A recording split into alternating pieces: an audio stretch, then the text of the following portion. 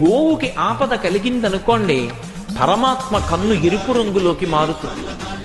గోవు లేదనుకోండి, అసలు సనాతన ధర్మము నిలబడదు. ఎందుకు నిలబడదు అంటే ఒకటే కారణం. సనాతన ధర్మము దేని మీద ఆధారపడుతుందంటే యజ్ఞం మీద ఆధారపడుతుంది. యజ్ఞము అగ్నిహోత్రం మీద ఆధారపడుతుంది. అగ్నిహోత్రము మంత్రం మీద ఆధారపడుతుంది. మంత్రము తెలిసిన బ్రాహ్మణుడు ఉండొచ్చు, యజ్ఞం చేయడానికి భూశుద్ధికి గోమయంతో అలకాలి. గోమయంతో అలకలేదనుకోండి, దేవతలు కూర్చోరు. ఎందుకు కూర్చోరు అంటే భూమికి శుద్ధి ఉంటే తప్ప ఎలా వచ్చి కూర్చుంటారు? కూర్చోలేరు. ఇంతకు ముందు ఎవరెవరు అక్కడ తిరిగారో తెలియదు కాబట్టి అక్కడికి వచ్చి దేవతలు కూర్చునే అవకాశం ఉండదు. అలా కూర్చోవాలంటే గోమయంతో అలకాలి. భూశుద్ధి గోమయం చేత జరుగుతుంది. కాబట్టి గోవు లేదనుకోండి, గోమయం ఎక్కడి నుంచి వస్తుంది? పేడ. ఆవు పాలు లేవు, హోమం ఎలా చేస్తారు? నెయ్యి లేదు, హోమం ఎలా చేస్తారు? మంత్రం వచ్చిన బ్రాహ్మణుడు ఉన్నాడు, గోవు లేదు, ఎలా జరుగుతుంది? అందుకే బ్రాహ్మణుడి కన్నా ముందు ఎవరు ఉండాలంటే గోవు ఉండాలి.